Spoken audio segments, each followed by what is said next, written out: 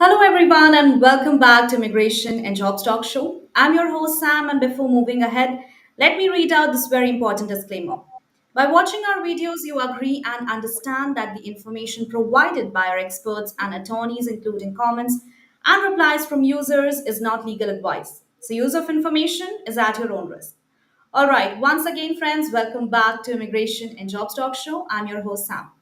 And today we are going to talk about a very critical topic. That is what legal protections are available to immigrants in the US who suffer from mental or physical abuse.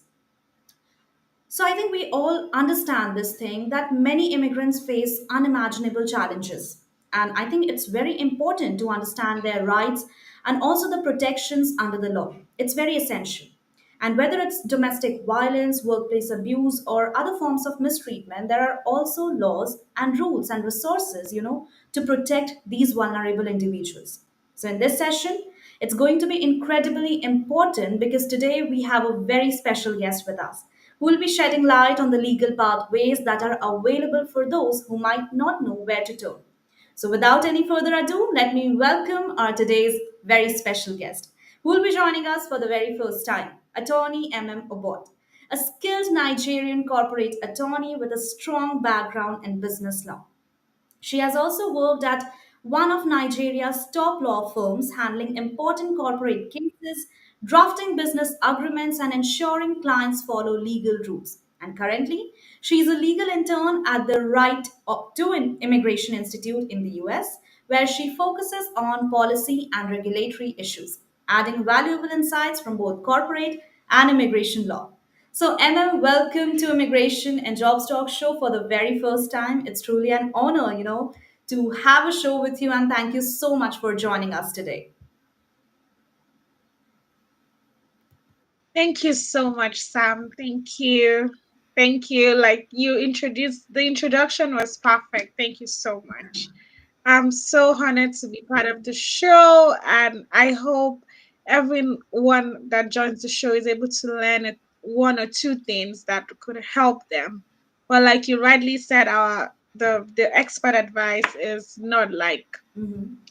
legal advice. It's just we're just sharing general knowledge. So I'm so excited to be on the show. Thank you so much, Sam. Thank you. Absolutely. It's our pleasure. And thank you so much again, MM, for joining us, especially during this holiday season. And we know how much busy you might be this time, but it's still you are here. So I think it's like we are really grateful to have you with us today. And also, MM, I would like to know that before delving into our today's topic and making people aware about the legal protections, uh, as we are know, that it's like wrap up the of this year, and 2025 is just 4 days to go. So I would also like to hear your thoughts that how you're expecting 2025 to be under Trump's administration.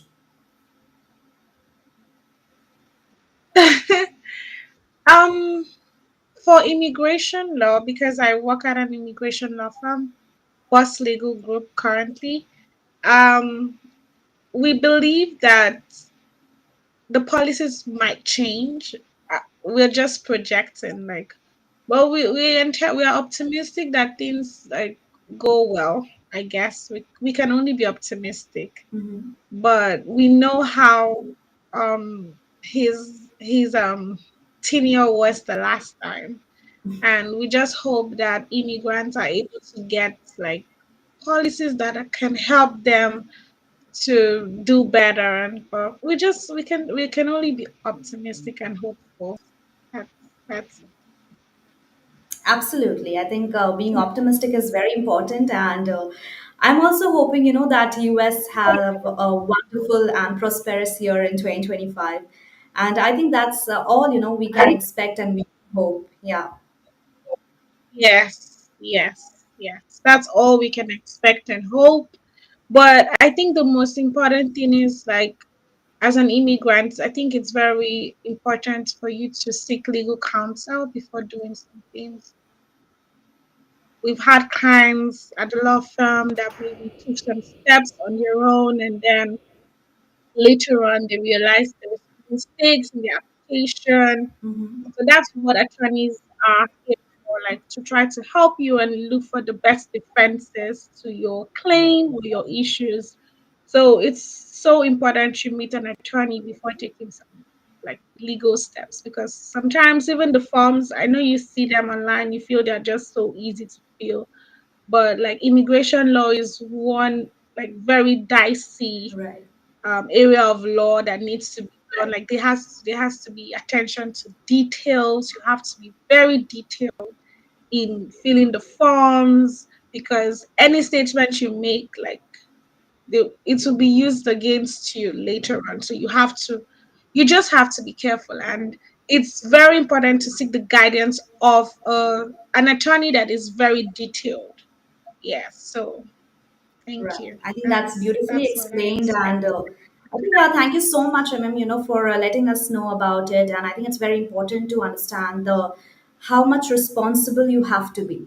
But I think that's a great start. And with that, I would also like to jump right into our today's topic. And as we are talking about legal protections that are available for immigrants in US, so my first question would be about domestic abuse. So, what can you say on this? That what specific documentation is typically required to demonstrate that someone has been a victim of domestic abuse as an immigrant? Okay. For would be like, what are the legal protections for like for immigrants in the United States? And we know there's VAWA, which is the Violence Against Women's Act that was reenacted in 1994 by the Act of Congress, the U.S. Act of Congress.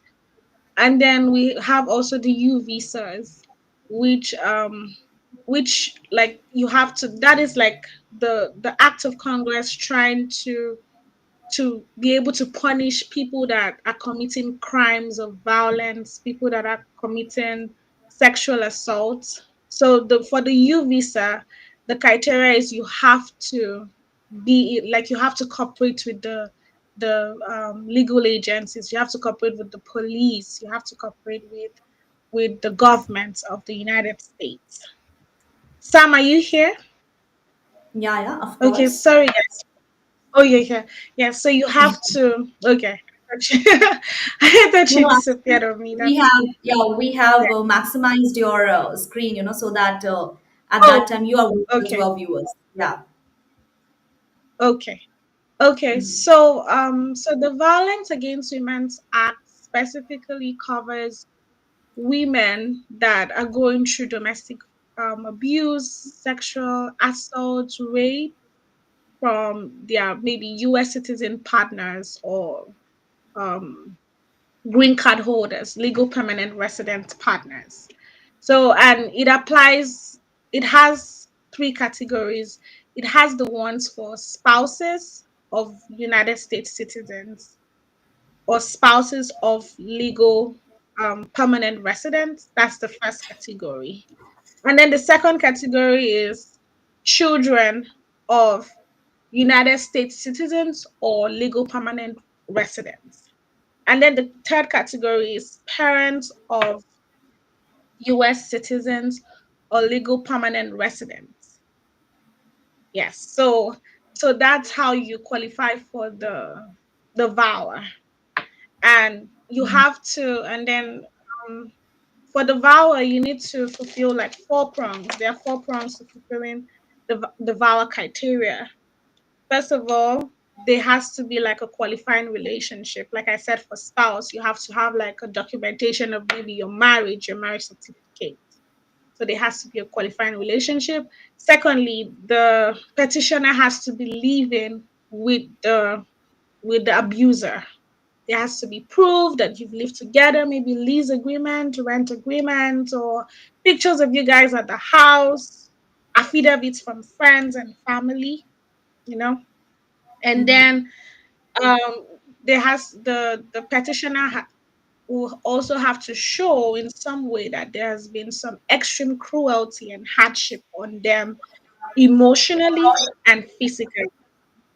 So this is so important because most times people think VAWA is just for physical abuse. it's so interesting to know that emotional abuse, if proven well, would qualify for this category.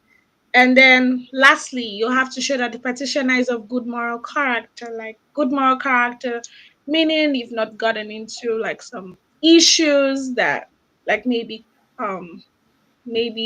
murder cases, because if you have a case already and it's been reported and you've been convicted and sentenced in a court for maybe murder. I'm just using murder as an example, or something really grievous or aggravated felony.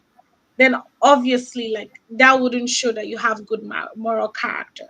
So there are four prongs. So I've explained for VAWA. These are the prongs.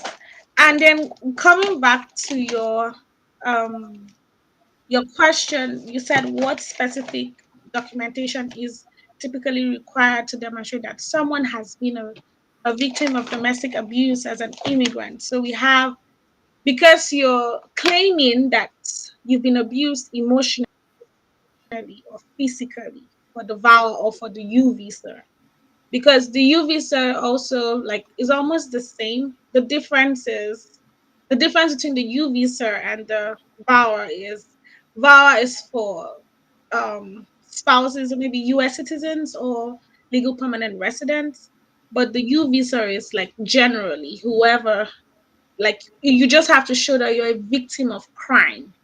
Hmm. Maybe you're a victim of crime of rape, you're a victim of crime of sexual assault, domestic violence.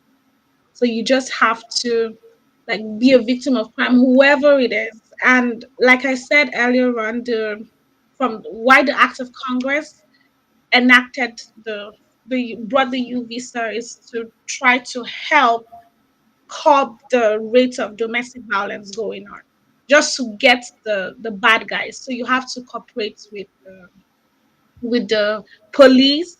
So to prove both VAWA and the U visa, we have police reports or restraining orders.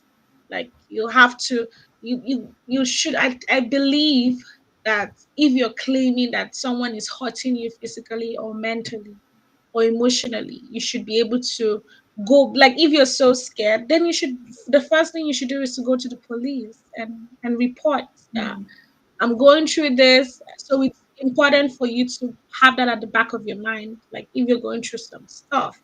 So I know immigrants, like I think I've seen some questions, even though we're not answering questions now, but these are questions that we occur every time. Like the people being scared of reporting to the authorities. But these are laws. There are laws that are guiding all of this. The VAWA, the U visa. These are acts of Congress because they've seen that this is an issue. So I know it's scary, but do not be scared. Just reach out to the authorities near your jurisdiction. And it's also very important, like I said earlier on, like it's very important to seek legal counsel from attorneys that will pay attention to detail, or non-profit organizations. In Boston, Massachusetts, there are lots of non-profit organizations that are handling this. So police reports or restraining orders, you need medical records showing injuries, consistent with the abuse. That would be very good. You need affidavits, so affidavits from you as the victim, and maybe from your family members, friends, neighbors that maybe witnessed the abuse, that know you're going through those kind of abuse. You also need photographs of injuries. So for that kind of situation, you have to like be very, very particular, because the VAWA is a self petition that is independent of the abuser. So it's very important for you to take pictures. If you're laying claims for an abuse, take pictures, because that is all you need to put in your application. Counseling or therapy records. There have been some clients that come to the law firm that are working as a paralegal, and they come in with um, therapeutic testimonies, like what their therapist said. Therapist said, "Oh, this woman is going through a lot. She's going through abuse, and we're trying to help her." So those kind of reports help too. text messages, emails, social media messages, child protective service records. All of this, you can also find them on the USCIS VAWA evidence guidelines. Yes, so like these are things that would really help your case to demonstrate that you are truly going through physical or mental abuse. Thank you for I'm all set for this question. No, I think you explained really very well, and thank you so much, for that detailed answer. I'm sure our viewers are actually getting to know, about the documentations or about the evidence also, how they can move ahead and take a step in this, because it's very important for, especially for women to come up and take initiative for this. And I think to our viewers also, I would like to say that, folks, if you or someone is suffering from domestic violence, then please remember that help and support are available, and it's you who needs to take up the initiative and ask for help. You can also contact a foreign licensed attorney, Emem Obot, on the given contact details that is just visible on the screen. You can email her on obot.e northeastern.edu. And you can also call her on the number that is 857 9198 991. So this is her number and this is her email ID. So I think it would be great, to contact her and to learn everything about how you can have this legal preparation, if you are suffering from any problem.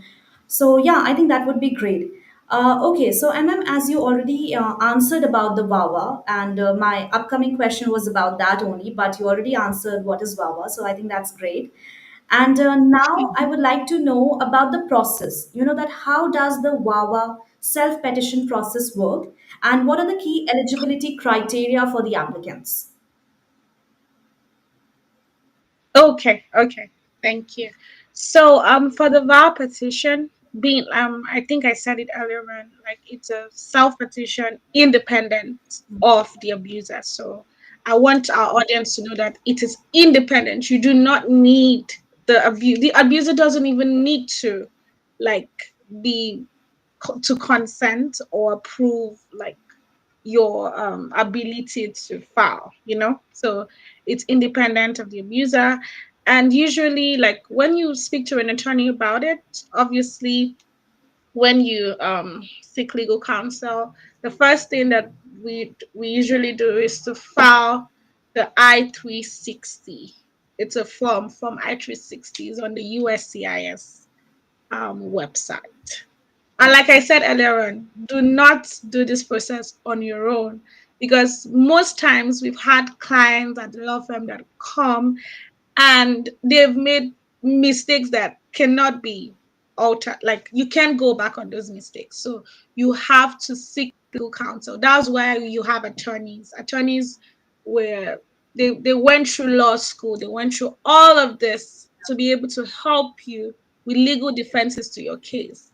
So it's good to not assume that you can do it on your own, because sometimes you make some mistakes. So it's very important to meet attorneys that you feel are like there's so many professional attorneys, there's so many non-profit organizations. You can just at the end of the session, I'm going to also like give out non-profit organizations that are good that you can reach out to. But please, like it's very important to reach out to them. And so you fill the form I-360 first, and you also ask what are the key eligibility criteria for applicants. So like I said earlier, there are four prongs that the applicants must prove. And the first one is you must prove that there is a qualifying relationship between you and the abuser, you, the petitioner, and the abuser. So if you're saying your husband or your wife is um, sexually abusing you or hitting you or emotionally abusing you, like it does not cover for dating boyfriend girlfriend. It has to be a qualifying relationship that is recognized by the law. You have to have like a marriage certificate if it's for a spouse.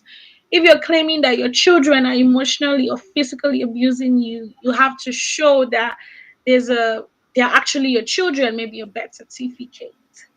And then if you're also claiming that maybe your parents are abusing you, you have to show also maybe through a birth certificate that you're being abused. So that is the first prong. And for the VAWA, it's for US citizens and legal permanent residents. So, yes. And then the second, like if your abuser is a US citizen or a legal permanent resident, like I said, the U visa covers all other categories. But for the VAWA specifically, it's for the spouses or parents or children that are US citizens or legal permanent residents. The second prong is the petitioner resided with the abuser. So you have to have maybe evidence of maybe living together, pictures together, affidavits from friends that you guys stayed together for a couple of for maybe years, months, or like that's also number two, like evidence that you've lived together, maybe pictures, leases, rent, like maybe the landlord saying an affidavit that you were living together, which is great. So the third one is the petitioner has been subjected to battery or extreme cruelty. So, and like I said earlier on, for VAWA, it can be emotional abuse. Some emotional abuse cases are worse than even a physical abuse because of what the abuser is saying to the victim. Or so it's very important for us to note here that it covers both mental and mental and physical abuse.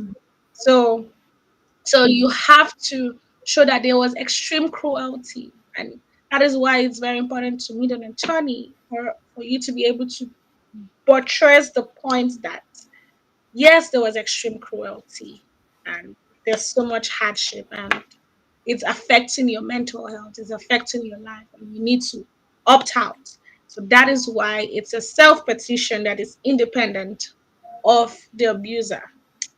And then lastly, the petitioner is of good moral character.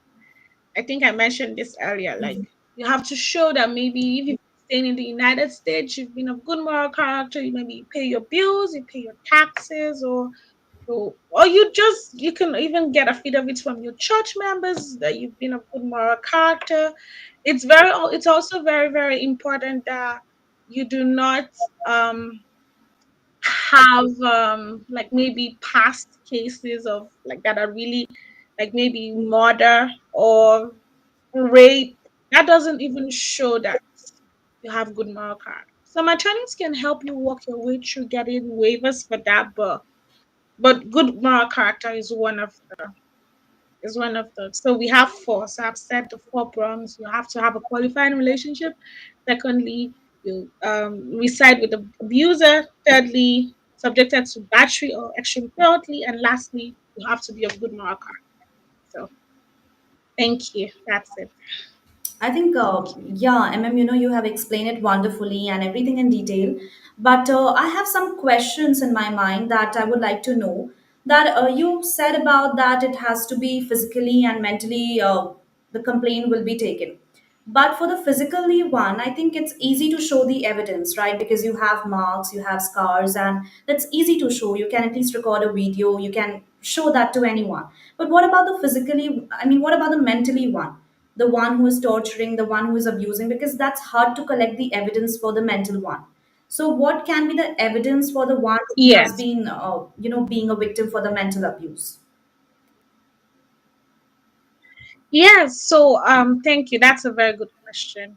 So for the mental abuse, like text messages, like because some of these abusers they could we've had cases where an abuser is like sending messages to the petitioner and saying you are a prostitute, fuck you, like using bad words, like Mm-hmm. just so if you have like messages like that, like you can show.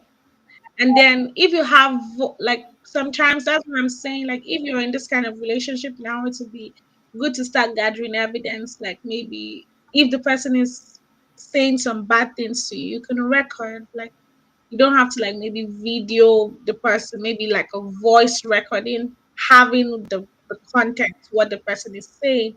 And then obviously you can also like therapeutic, like when you go for therapy, like your therapist can see the effects of the emotional abuse on you and can also like give a testimony of what's going on.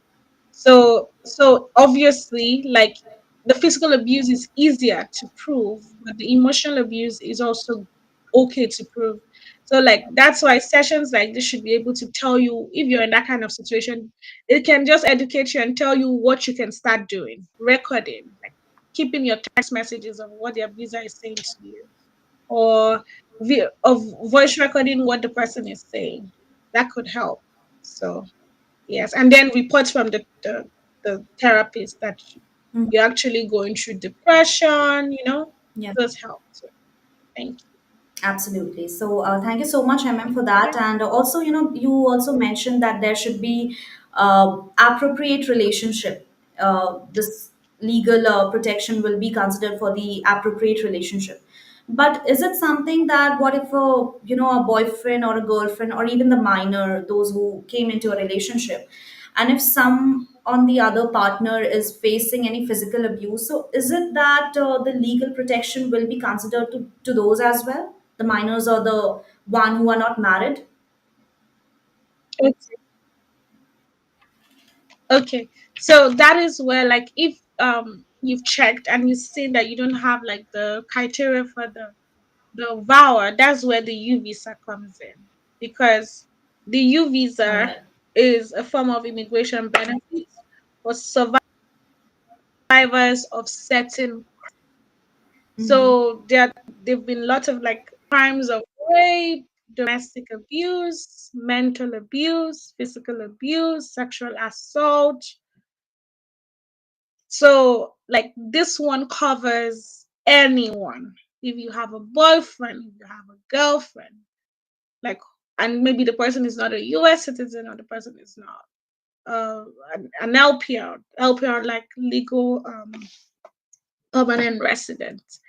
So for those, for if you're in this category, what is very, so now it has taken us to the U visa. Is it possible to obtain a U visa without reporting an abuser to law? Okay, I'll answer that. So if you don't qualify for the VAWA, you can qualify for the U visa because the U visa is more open, like to even the ones that don't have qualifying relationships, because the main essence of the U visa is to save people that are victims of crimes. And the government is very particular about getting those abusers and putting like making them serve maybe terms or punish them according to the law.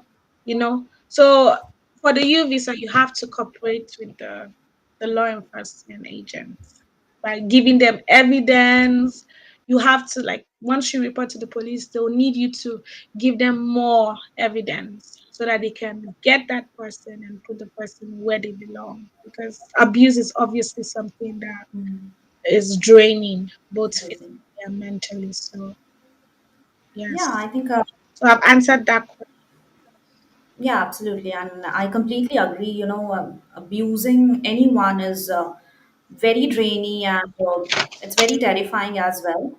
But I think that's great. MM, you are at least letting our viewers know about what the legal protections they can take in US, and especially with immigrants, because we have seen so much, abuse from past few years, especially for immigrants in US. They have been suffering from, and it's very important to let them know about their rights, about their legal rights, what they can act, and because most of them don't know. So I think you're doing a great job, and all the answers are very good.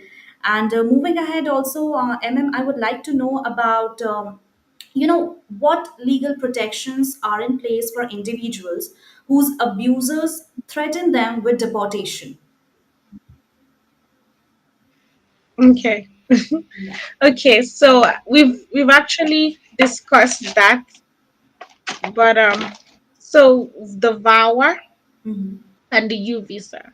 So like I said, it's doesn't have to be physical abuse, it can be emotional abuse. So like someone threatening you that they're going to deport you and take you out of, like, there's like we've had so many cases like that at the law firm. So like it's so if you have a United States citizen spouse or father or child or legal permanent resident spouse, father or child or mother, like parents, I mean, then that will be VAWA. But for you visa, like I think I would also like to go through the eligibility criteria for you visas Oh, sure. because I think we skipped that. Yeah, please go ahead. The last question. Yeah, okay. So for the U visa, because I know I explained the VAWA and I said the U visa was made for people to cooperate with the government to be able to get people that are committing crimes. So crimes of maybe abduction, rape, incest, domestic violence, sexual assault, prostitution, murder, female genital mutilation, blackmail, stalking, trafficking. So the U visa encompasses a lot of, unlike VAWA that is like abuse, mental abuse. But the U visa is like crimes of violence. Like so um so the eligibility criteria for people for U visas, you're a victim of criminal activity. That's the first prong. We have for VAWA we had four prongs. For this one we have six prongs. First of all, you're a victim of criminal activity. Number two, you have suffered substantial physical or mental abuse as a result of having been a victim of any of those criminal activities. The USCIS website even lists out like so many criminal activities, like the ones I mentioned, rape, there are a lot of criminal activities. So it's very wide. So like even if maybe you checked and then the one that you're going through is not on the USCIS, the USCIS has said that if it has the same elements of a criminal activity like the ones they've stated, then it would qualify. So if it's a crime, it's a crime. So then the second prong, the third prong is you have information about the criminal activity for the U visa because you're going to be cooperating with the federal government to find criminals. Then you have to have evidence.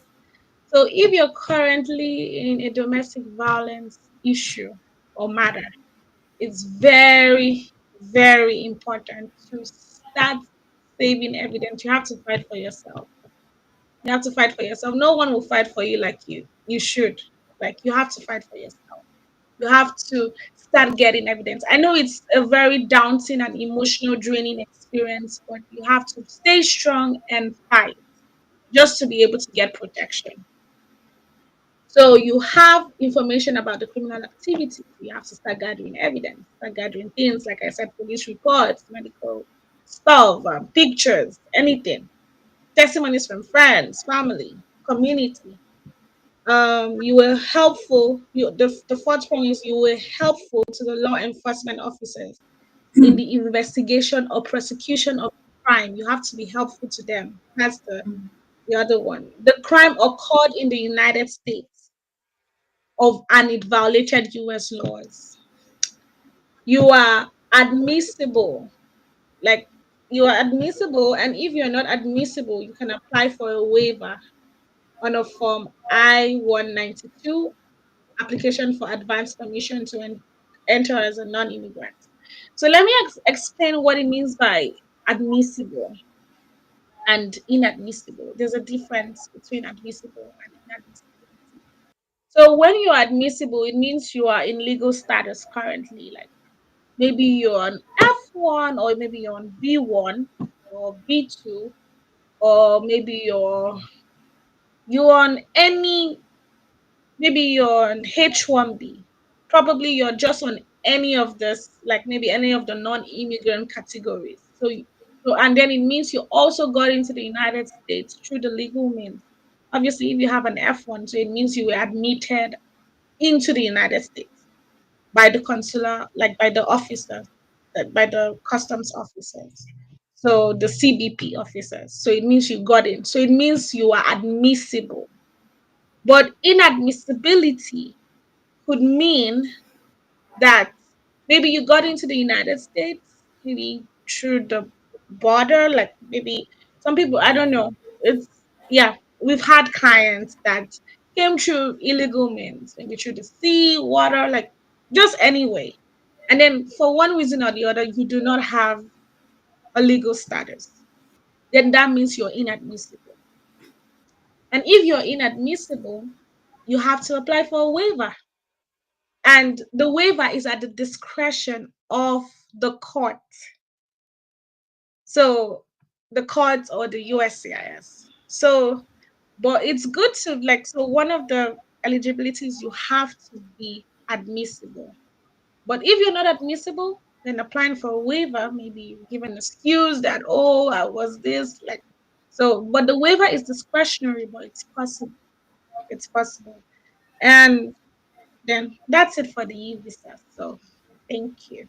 Yeah, I think that, That's it for that question. yeah, thank you so much, MM. It was really detailed and it was very specific also. So I think it was great and also inspiring because you said that women has to take a stand for themselves, and it's high time, that it's they only who are going to take a stand and take the initiative. So they have to fight for themselves. And I hope that, someone who is suffering from this situation, or someone people know is suffering, I hope that, the session might be helpful for them and would definitely let them know about the legalities, the legal protection, the, the rules, the laws that they can have. So I think, yeah, that's very important for our viewers. And meanwhile, also, we have our viewers who has joined us today in this session, and I would like to greet them like, hi Sahil, hi Shita, and hi Kajal. It's lovely to have you. And why don't we take some questions from our viewers too? Okay. All right, so let's take up Sahil's question. And Sahil is asking that I have been experiencing physical and emotional abuse, but I'm afraid of reporting it because I'm an immigrant. Are there any protections or legal options for someone like me who is in the US but does not have full citizenship yet? Okay. Yes, yes. So like we've been saying before that there there there are various kinds of legal protections for people victims of domestic violence, physical and mental abuse. So I'm sure, okay, I'm sure you've been listening to us. Of So course. yes, yes, the answer is yes. But the right approach is seeking legal help, like maybe reaching out to an attorney or reaching out to a nonprofit organization. You can also like reach out to me. I can send maybe resources that you can reach out to, or the law firm that we have various attorneys because I'm a paralegal. We have various attorneys that have worked on cases like that in the past. And if you're open, or you could also check attorneys within your jurisdiction. If you're, yeah, because it's very important this kind of cases you work with an attorney, because it's it's more, some people you can do it on your own, but it's better to do it with an attorney because there are just so many issues that an attorney would save you from. People have gotten into big immigration issues. They've destroyed their cases with their own hands because they didn't seek legal advice. So it's very, very important for you to reach out to an attorney, because that's why you have attorney. That's why they went to law school, Right. because they identify all of this things, can get you legal defenses that can help you. But so for Sahil, your question, yes, there are legal protections. We have the VAWA, the Violence Against Women's Act. We have the U Visa. So yes, there are legal protections. Thank you. All right. I hope, Sahil, you got your answer. And, in case if you still have any follow up question or would like to know anything else about today's topic, then please feel free to post them on the comment section. And we will definitely take them up and we will try our best to solve all your queries. And let's move ahead with Ishita's question.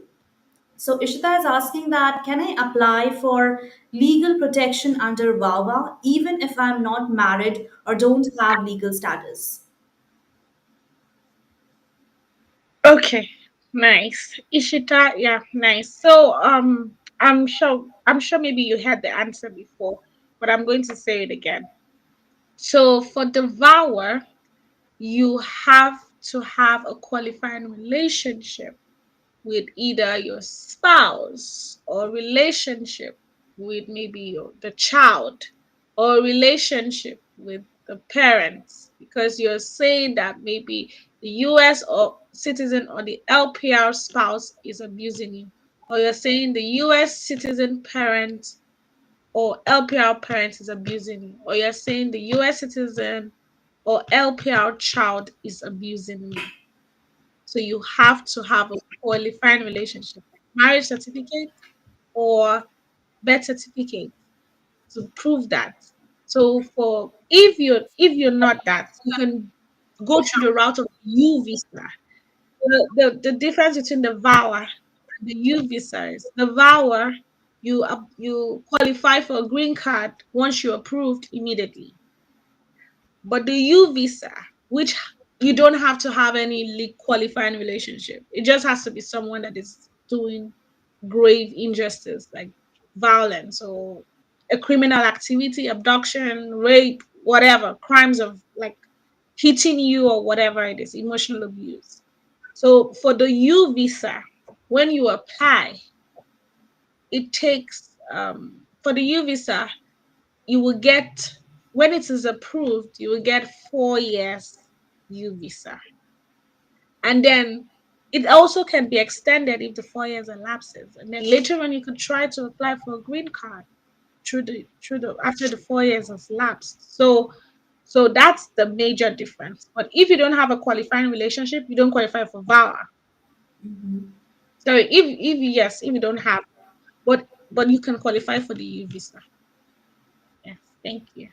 Yeah, I Thank would say you. thank you so much, Emem, for answering this question, and Ishita too, for commenting us. And I think it's great. It's not only about the qualified relationship, but it's also about because the U visa helps in being getting punishment for those also who are not in a qualified relationship.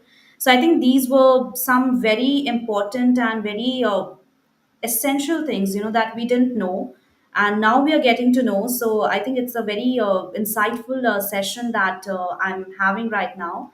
And moving ahead with Kajal, here's the another question that Kajal is asking for. If I'm experiencing abuse from my employer, does the law offer any protection for immigrants? I'm scared of losing my job or being retaliated against if I speak up. What do you have to say? Oh, yes. Okay. This is a good question. However, it's not immigration related, but a good resource, because I believe this is labor law related. This is labor law, and my specialty is not in labor law. However, you could check the USCIS. I believe there are so many I've heard, but right now I can't even give any advice as to this because I've not practiced in this area. I've just been in since I've been in the US. It's been the immigration law. So for the labor law, you can check USCIS or reach out to me, and I can try to check for some resources. Maybe some labor law organizations that can help. Yeah, I could do that. Or if you're in Boston, the Greater Boston Legal Services is a nonprofit organization that handles all kinds of cases. So they have their immigration, they have their labor law department. So that could also be a good resource. Absolutely. Thank you. All right. So, Kajal, if you have any follow-up question or would like to know any other answer related to our today's topic, then please go ahead and post them on the comment section. And also let us know from where you are watching this session, as we are live on YouTube, LinkedIn, Facebook, and Twitter as well. So let us know where you are watching this session. And moving ahead, I have this another question that you have been mentioning about VAWA petition process. So, on an average, I would like to know that how long does the VAWA self petition process take from start to finish? Okay.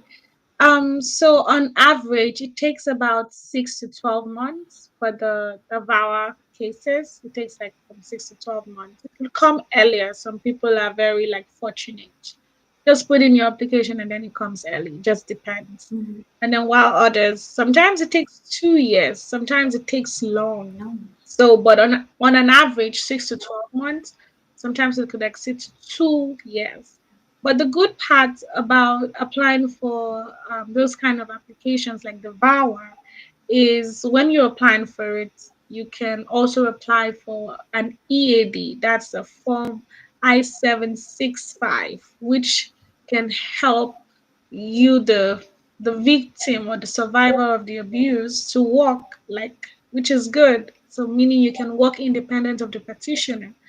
And like I said, it's really, really hard when you're going through daunting moments to think about working or to think about fighting. But it's just good to pick up like yourself, maybe with some, you need a very good support system too. You need friends that are trying to help you get out of the whatever issue or dilemma it is. So it's very, very important that you seek help when it's time. So it takes 6 to 12 months, and sometimes 2 years, and it comes with an EAD, which helps for you to work.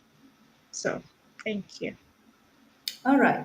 Also, I would like to know about the US visa application. You mentioned everything about it, the eligibility, the process. But what if a U visa application is denied? What options or next steps are available to the applicant? Hmm. Okay, that's a good question. Um, so it depends on the specificity of the case, because for immigration law, like crimes cases are specific based, because sometimes you can use what you did for one other crime to do for another crime, because the circumstances are different, and this is human life, like here sometimes people are in a life and death situation. So however, maybe asylum, depending on if you went through some kind of government action, maybe in your home country. So this one, you have to seek legal counsel. You have to meet an attorney to be able to listen to your case, Right. hear what you have to say. And a good attorney that pays attention to details will be able to give you various options that you are eligible. True. So it depends on the specificity of your case. So if you're going through violence, it has to be U visas or the VAWA.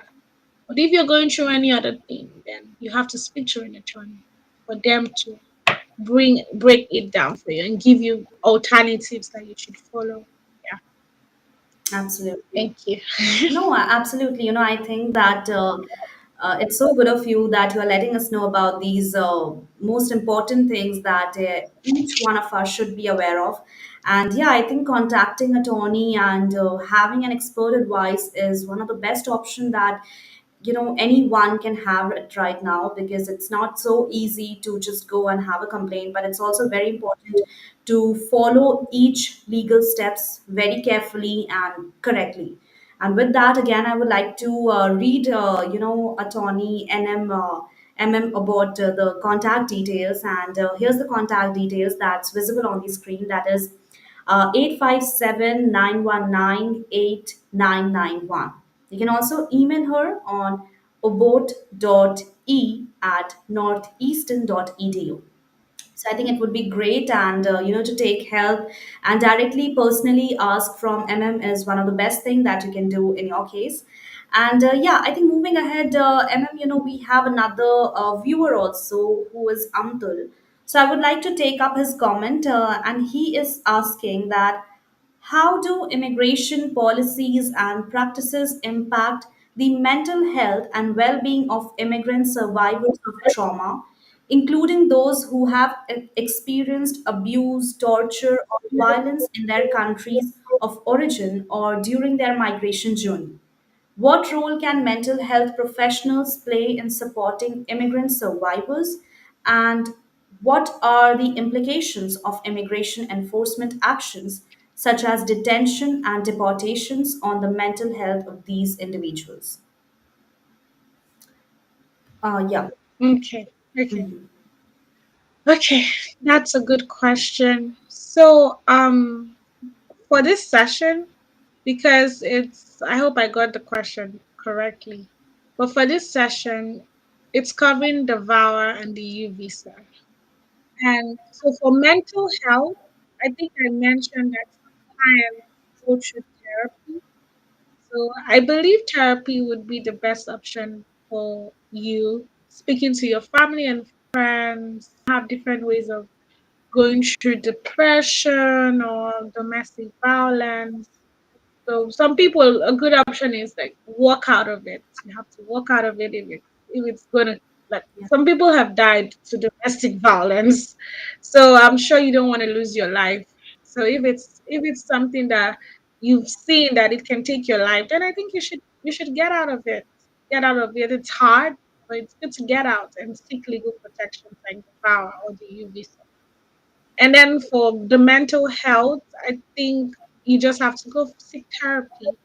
And okay, I think also some nonprofit organizations, I think I wrote here, like in Boston, Massachusetts. I don't Mhm. know if you're in maybe other parts of the US. Like, you could just type um, domestic violence nonprofit organizations, and then it will come out. And then you can reach out to them. Sometimes some of those nonprofit organizations, they have resources that can help. Yes, they have resources that can help. Sometimes some of them do it for free. It depends. So it's very important that you do the hard work, because, like I said earlier, when you have to fight for yourself. No one is going to come and fight for you. You have to fight for yourself. You have to reach out. You have to reach out. You have to reach out. So, for if you're in Boston, Massachusetts, the GBLS, Greater Boston Legal Services, is a nonprofit. And then the Refugee and Immigrant Assistance Center is an excellent resource also for immigrant survivors. Yes, so, and then there's so many law firms, like at the law firm I'm working in. Like I said, I'm a paralegal, so I can't like work on your case independently. But we have Mhm. attorneys that have been doing this for years and can help your case. So it's just for you to reach out. Always reach out. Always reach out. Thank you. All right, that's great. And moving ahead, I have some questions that I would like to know it from you. That can individuals work legally in the US while their immigration case related to abuse is being processed? Okay. Yes, for the VAWA, like I mentioned earlier, the Violence Against Women's Act, which is for you, which is for abusers that are U.S. citizens or legal permanent residents, or children that are U.S. citizens or legal permanent residents, or parents that are U.S. citizens or legal permanent residents. So, if you file for VAWA, which is a Form I-360, then you can file for a work permit, and it comes even before the case is adjudicated, which is good. Yes, like you can have the work permit, work, help yourself, like help yourself independently from the abuser. That works. However, the U visa, the one we spoke of, the one that you have to cooperate with the authorities to gather evidence against the abuser, the one that covers tons of crimes of violence, rape, all other crimes. That one, the U visa has to be approved first before you get the work permit. So for the VAWA, yes, you can work legally by getting the work permit, applying for the work permit while you're applying for the VAWA. But the U visa, it has to be approved first. before you get the work permits. So if you're going through the U visa route, the best way is for you to ensure you have lots and tons of evidence to show that yes, you're going through this abuse. So if you're going through it now, please be smart. Please be smart if you're a man or a woman. Be smart. You have to fight for yourself, like I said. Take pictures, record voice messages, text messages, gather all of this, take it to the police, tell them this person is this, that. This person has been doing this to several women. If you have evidence, take it to them, cooperate with the authorities, and then you can get a U visa. And it's for 4 years. And once you get it, you can work legally. So please, yeah, please reach out. Thank you. Thank you. Absolutely. And moving ahead, we have some other questions also from Facebook group as well. So I would like to ask those questions as well because it's also very important, to consider those questions too. So yeah, Okay. I think we can ask the other question. Control, if you could, yeah, this one, correct. So here's a question that we received from one of our viewer, and it has been asked that while going through a divorce 2 years ago, I found out that my ex wife ran up around $10,000 in credit card bills under my social. She also had a $5,000 IRS debt. We both signed an agreement to split the credit cards and she would pay the IRS debt. Once the divorce was final, she stopped paying anything, she destroyed my credit, and the IRS took my refunds. Can I take her to small claims court in Pennsylvania or just take the hit? Um, okay. I believe you can, but you have to first of all reach out to a very good attorney in family law Mhm. affairs. Yes, that can help you do this. You can, yes, you can. I believe so. You can, but like I said earlier on, it's always good to work with attorneys, like just to be able to save you tons of many more emotional Mhm. or financial pain. Yes. So it's good to reach out to a good attorney. And like I said, like you can check for maybe nonprofit organizations in Pennsylvania or look for law firms in Pennsylvania. Um, the law firm I work in, we do family law issues too. And yeah, but we're not licensed in Pennsylvania, so we can't even help. But please try to reach out to a good attorney. Yes, but this, I believe it's something that Mhm. can be worked on in maybe a small claims court. Thank you. All right. Okay, so let's move ahead with our next comment that we received on Facebook. And we have another comment that is, "Hi, I filed VAWA 11 months ago, but I still didn't get prima facie letter. I am very depressed. Anyone here having same thing, please share." Yeah. Okay. Hello. Yes. Okay, anonymous participant. Yeah.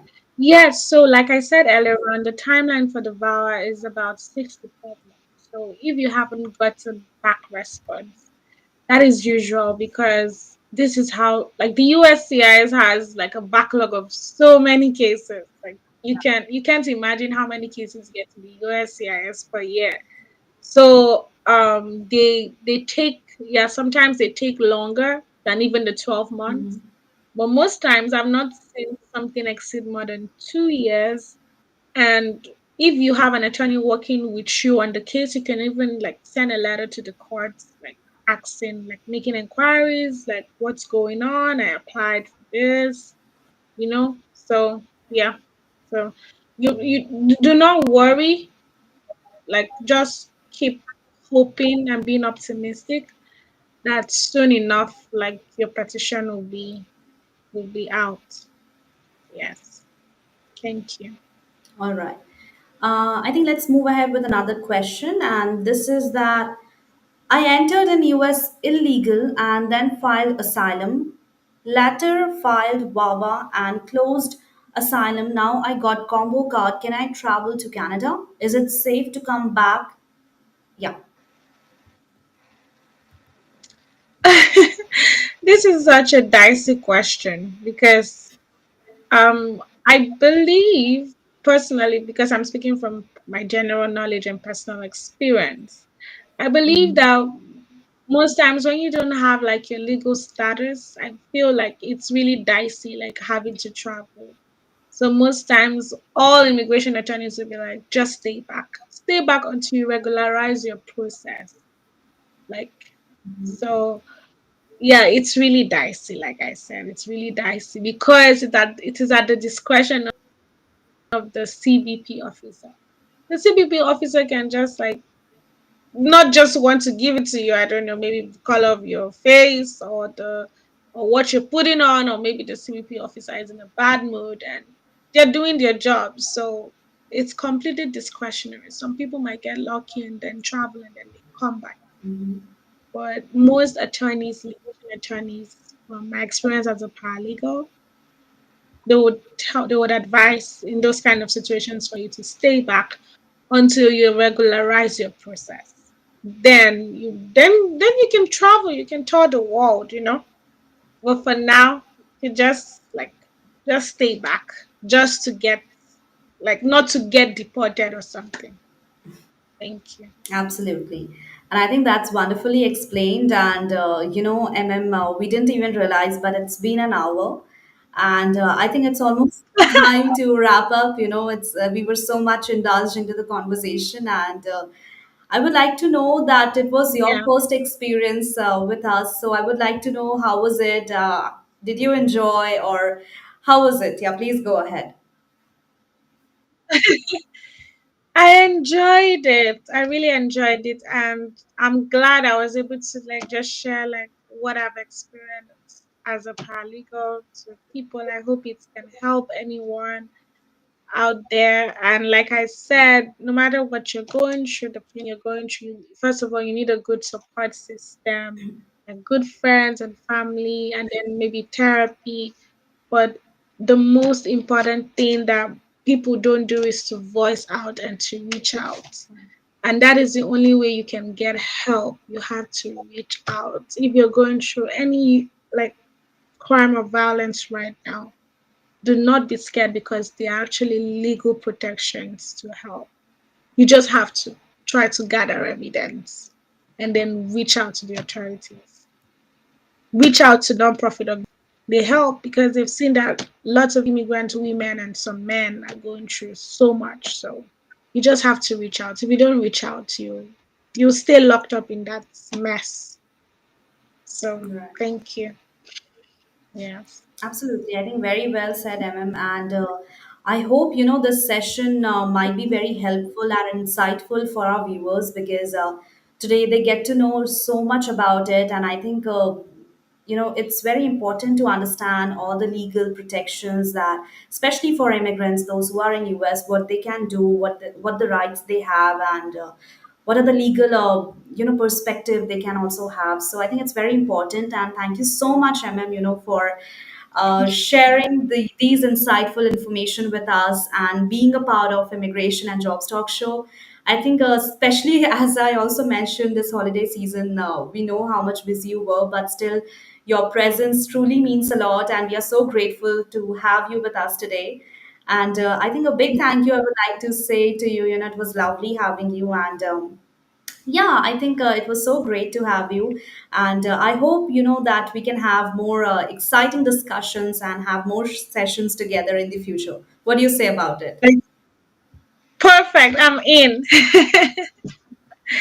I'm Wow, in. that's Thank you. Thank I'm you. sure our viewers are also looking forward to this session, and they might be waiting for your expertise as well.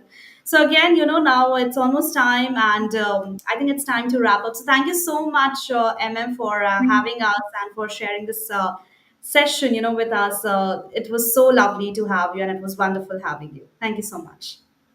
Thank you too. Have a good one. Thank you so much. Have a good one. Absolutely. Bye. Bye, guys. Same. Thanks for joining in, guys. Thank you. Please reach out if you have any questions. Thank you. Thank you. Absolutely. So, yeah, friends, we have seen this session and we have gone into so much details on today's topic. So, big thank you to all our lovely viewers also who participated in today's webinar. And big thank you to Attorney Emem Obot for sharing such a valuable expert advice. And yeah, I think to our viewers, friends, if you're navigating any immigration journey or have any doubt regarding today's session or topic, then please go ahead and post them on the comment section. Meanwhile, not now, but for sure, we are going to take those questions up. And after this session, also, when it will be over, we will let you know all the answers to your questions. And yeah, I think thank you so much to all the wonderful viewers, and Merry Christmas too, and Happy New Year also. We hope you have a joyous holiday season filled with love, laughter, and cherished moments, with your loved ones. So don't forget to join our upcoming shows as well, and like, share, and subscribe to Immigration and Jobs Talk Show. Thank you so much for joining us, and I'm Sam signing off for now. Bye bye and take care.